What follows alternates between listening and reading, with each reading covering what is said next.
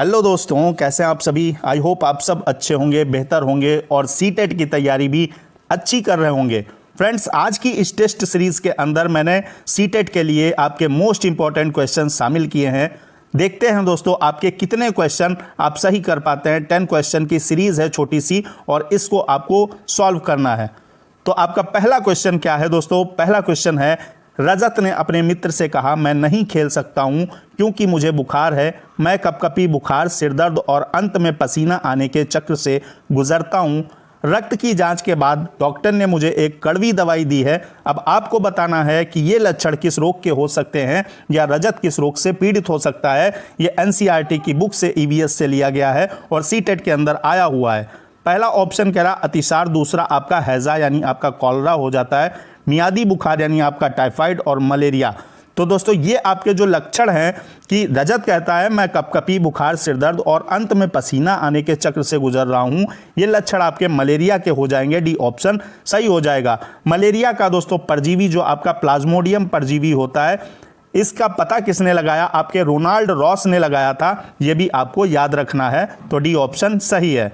अगला क्वेश्चन बढ़ेंगे दोस्तों। अगला क्वेश्चन आपके सामने आ चुका है, फटाफट पढ़िए और सही आंसर मैं बोल भी चुका हूं पहले क्वेश्चन में।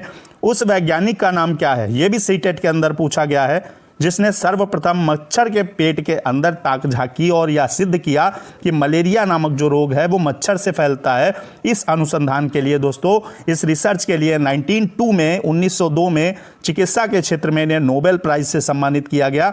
ये व्यक्ति थे आपके रोनाल्ड रॉस।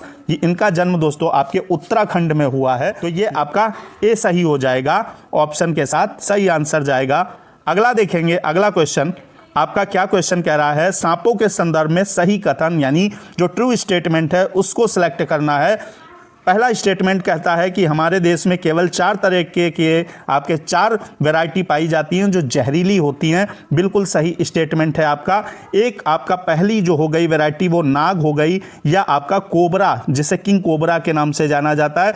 दूसरा आपका अफाई हो गया, अफाई, और फिर आपका करैत हो गया। तीसरा आपका करैत हो गया और चौथा अगर बात करें हम तो चौथा आपका क्या हो जाएगा, या करैत लिख देते हैं, चौथा आपका दुबैया हो जाएगा। ठीक है, ये 4 प्रकार की प्रजातियां बहुत जहरीली होती हैं सांपों की भारत के अंदर। अगला कह रहा है नाग, जो कोबरा होता है जहरीले सांपों का एक प्रकार है। मैंने आपको 4 प्रकार लिखाए हैं, बिल्कुल सही आपका बी भी है। और सी कह रहा है जहरीले सांप के 4 खोखले दांत होते हैं। जब सांप किसी व्यक्ति को काटता है तो जहर इन खोखले दांतों से उसके शरीर में चला जाता है।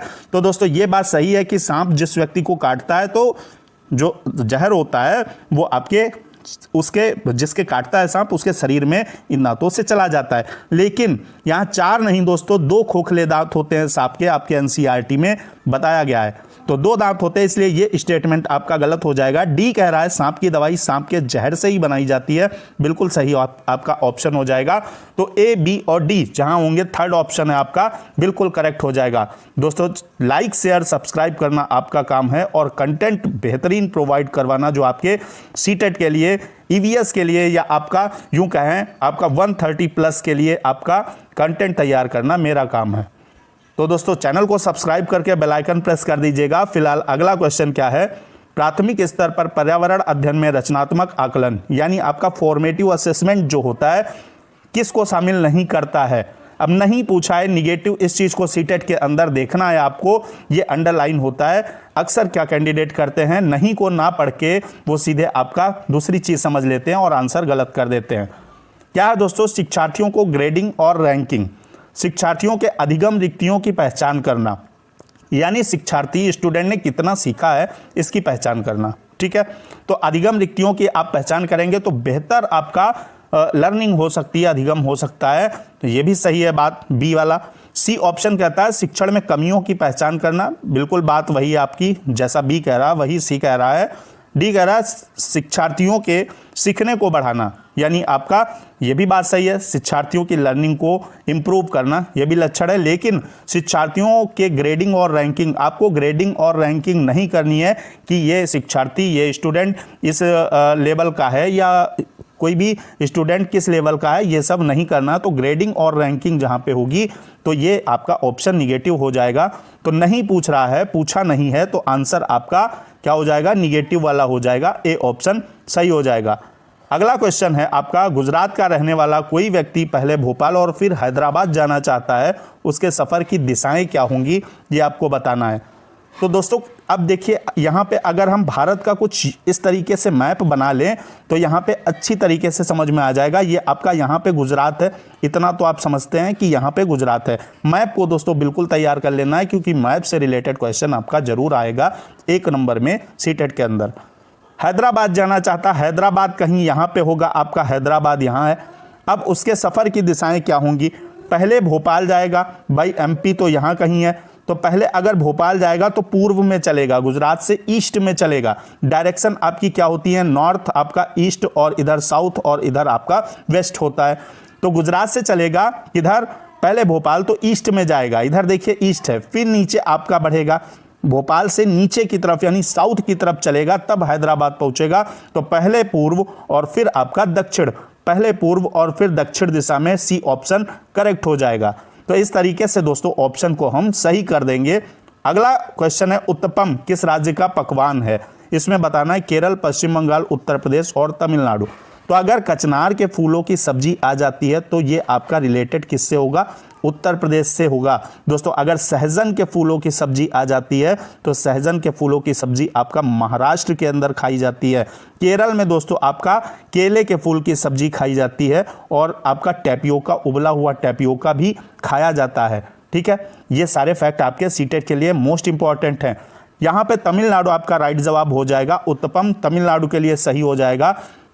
अगला क्वेश्चन क्या है, अगला क्वेश्चन है, पर्यावरण अध्ययन में बच्चों को जोड़ने की सबसे प्रभावशाली यानी इफेक्टिव जो युक्ति है वो क्या है, तरीका क्या है, पाठ्य पुस्तक का पठन, शिक्षक द्वारा व्याख्याएं, कक्षा निर्देशन या किस्से कहानियां। तो पाठ्य पुस्तक का पठन दोस्तों कुछ हद तक मेरे हिसाब से सही हो सकता है, लेकिन बेस्ट नहीं हो सकता है। शिक्षक द्वारा व्याख्याएं तो बिल्कुल नहीं देनी है आपको, ये वर्ड आपका सीटेट के अंदर निगेटिव है 99%, 1% में मैं आपको बाद में बता दूंगा। कक्षा निर्देशन, निर्देश तो आपको नहीं देने, डिक्टेटर नहीं बनना क्लास के अंदर। किस्से कहानियां यानी बच्चों को स्टोरी के माध्यम से बाहरी परिवेश से जोड़ना बच्चों को, ये आपका इफेक्टिव जो है तरीका हो सकता है किसका, बच्चों को जोड़ने का। तो आपका डी ऑप्शन परफेक्ट हो जाएगा, इससे परफेक्ट आपका कोई ऑप्शन नहीं है। अगला क्वेश्चन है आपका, घटपर्णी एक पौधा है जिसे हम लोग पिक्चर प्लांट भी जानते हैं या आपका नेपेंथिस भी जानते हैं। ये अलग अलग नाम है आपके किसके, घटपर्णी पौधे के। ये पौधा क्या करता है दोस्तों, कीट और जो छोटे छोटे कीट होते हैं और मेढक तक को फंसाकर खा जाता है। इंसेक्टिवर्स प्लांट की श्रेणी में आता है। हमारे देश के पूर्वी राज्य में भी पाया जाता है, एक हमारा ईस्टर्न स्टेट है उसमें भी पाया जाता है।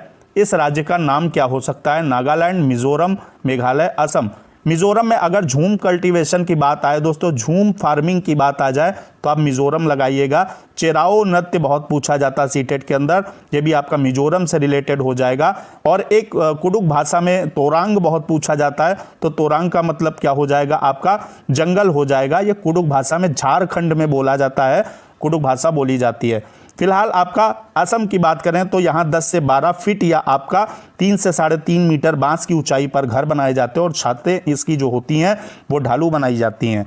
इसमें जो है आपका घटपर्णी अगर कहीं पाया जाता है तो मेघालय के अंदर भारत में पाया जाता है, और अगर भारत से बाहर बात करें तो आपका इंडोनेशिया के अंदर घटपर्णी पौधा पाया जाता है। तो मेघालय सही हो जाएगा।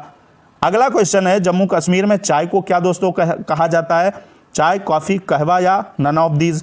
तो इसमें जम्मू कश्मीर के अंदर दोस्तों एक और फैक्ट जान लीजिए, सीटेट के लिए मोस्ट इंपॉर्टेंट है।